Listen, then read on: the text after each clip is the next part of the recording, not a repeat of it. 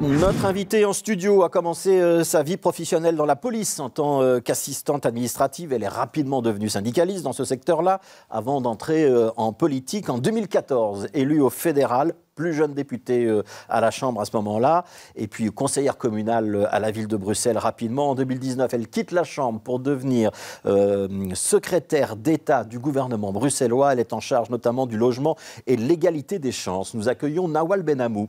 Bonjour Nawal Benhamou, merci d'être dans ce studio ce soir. On va commencer avec l'indexation des loyers. Oui. Fin janvier, vous avez proposé de limiter l'indexation des loyers. C'était un moyen de rendre du pouvoir d'achat aux locataires, disiez-vous à l'époque. On est un mois plus tard, l'idée ne va pas se concrétiser ? Et non, je le regrette et je le déplore. Donc la décision a été officielle semaine dernière, mais vous parlez d'une proposition qui avait été déposée fin janvier. Non, en fait, elle a été déposée quasi début janvier au sein du gouvernement. Donc les discussions ont existé pendant un mois. Personne autour de la table a manifesté un non. Il y avait des discussions et des ouvertures possibles. Donc j'ai répondu à certaines critiques, j'ai rassuré les membres du gouvernement. Ce que vous proposiez, c'était de limiter à 2%, pour une période d'un an. C'est ça l'idée ? Tout à fait. Comme vous le savez, on traverse une crise économique et sociale jamais connue depuis 1983. L'inflation atteint 7,58%. Et donc, pour moi, il était logique d'agir parce que pour les locataires bruxellois, comme vous le savez, il y a 65% de locataires à Bruxelles. Un Bruxellois sur deux rentre dans les conditions du social. Et donc, il était important, à côté de l'augmentation des factures énergétiques, à côté de l'augmentation des produits alimentaires qui vont jusqu'à 10%, de se dire, eh bien, on va pouvoir agir aussi sur l'indexation des loyers qui pouvait atteindre 7,58%. Il y a eu un gros mois de discussion. C'est un des partenaires, c'est Défi qui n'en voulait pas. Voilà, Défi n'en voulait pas, mais n'a pas manifesté un non d'emblée dès ma proposition, mais a tout de même voulu discuter de la mesure. Et donc je trouve que la mesure que je proposais de la réduire à 2%, elle restait raisonnable parce que ça permet à un propriétaire de pouvoir l'indexer, d'indexer son loyer. Donc on ne touche pas au montant du loyer, donc le propriétaire peut augmenter son loyer, mais de se dire on ne peut pas aujourd'hui, voilà, avec la crise qu'on traverse, rajouter de la précarité à ces ménages bruxellois qui rencontrent des difficultés. Alors je vous propose d'écouter une déclaration. C'est celle de François De Smet. C'est le président de Défi, c'était sur ce plateau. C'était le 4 février. On écoute la déclaration de François De Smet et on en parle juste après. Le problème, c'est que c'est faussement généreux. Ça part de l'idée que tous les propriétaires sont riches et que tous les locataires sont pauvres. Un locataire qui est, je ne sais pas moi, fonctionnaire européen par exemple, il n'a pas de problème à payer l'éventuelle indexation, parce qu'en plus tous les propriétaires n'indexent pas, et la question de l'énergie. En revanche, il y a aussi des propriétaires qui sont pour la plupart à Bruxelles, des petits Donc propriétaires. Ça veut dire qu'il faut phaser, qu'il faut trouver un mécanisme. Je vous réponds, qui font face par exemple à l'indexation du précompte immobilier, des matières premières. Donc ce n'est pas si simple, c'est une mesure très généreuse qui a l'air surtout de com et qui a l'air en fait très difficile à mettre en place. Bruxelles, c'est 60% de locataires, 40% de propriétaires. C'est trop faible. Il y a toute une série de gens qui voudraient devenir propriétaires. L'accès à la propriété, pour nous, ça doit être la priorité. Alors, idée faussement généreuse, surtout de la com, trop difficile à mettre en place. Vous répondez quoi ? On parle de fonctionnaires européens et donc parce que des fonctionnaires européens peuvent payer leur loyer, on ne doit pas agir. Je rappelle quand même qu'il y a 150 000 ménages bruxellois qui consacrent plus de 50% de leurs revenus au paiement de leur loyer. Et moi, c'est à ces gens-là que j'ai envie de répondre. Et donc oui, cette mesure, elle n'est pas du tout déraisonnable, elle n'est pas, comme on dit, monsieur, faussement, c'est une com. Non, pas du tout. Avec cette mesure-là, on pouvait réduire le montant des loyers des ménages bruxellois. Vous savez, je recevais encore un message ce matin, une famille monoparentale, une dame avec ses 2 enfants, qui me dit mon propriétaire n'a jamais indexé son loyer. Cette année, il va le faire et c'est 80 € en plus dans mon loyer. Ça fait une charge considérable pour cette maman. Il n'y a pas eu d'accord. Il n'y a pas eu d'accord. Je regrette, je le déplore. Actuel. Est-ce que ça veut dire que vous reviendrez avec cette proposition-là pour la législature prochaine ?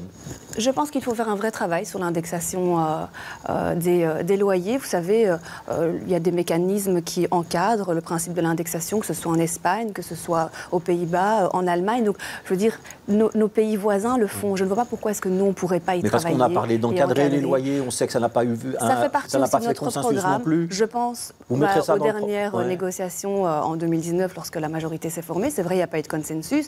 Il y a eu la possibilité de travailler sur cette commission paritaire locative et le conventionnement. Mais je pense sincèrement, M. Grosfilet, que pour la prochaine législature, il faut vraiment que l'encadrement des loyers soit une priorité pour la prochaine législature. Vous savez, des loyers. J'ai un chiffre qui fait froid dans le dos.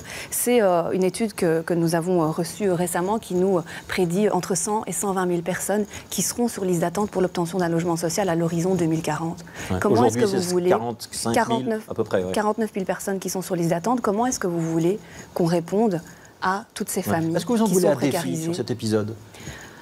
Je déplore l'attitude et la décision de défi, surtout que c'est plutôt en fait le chef de groupe qui était fortement présent lors des négociations.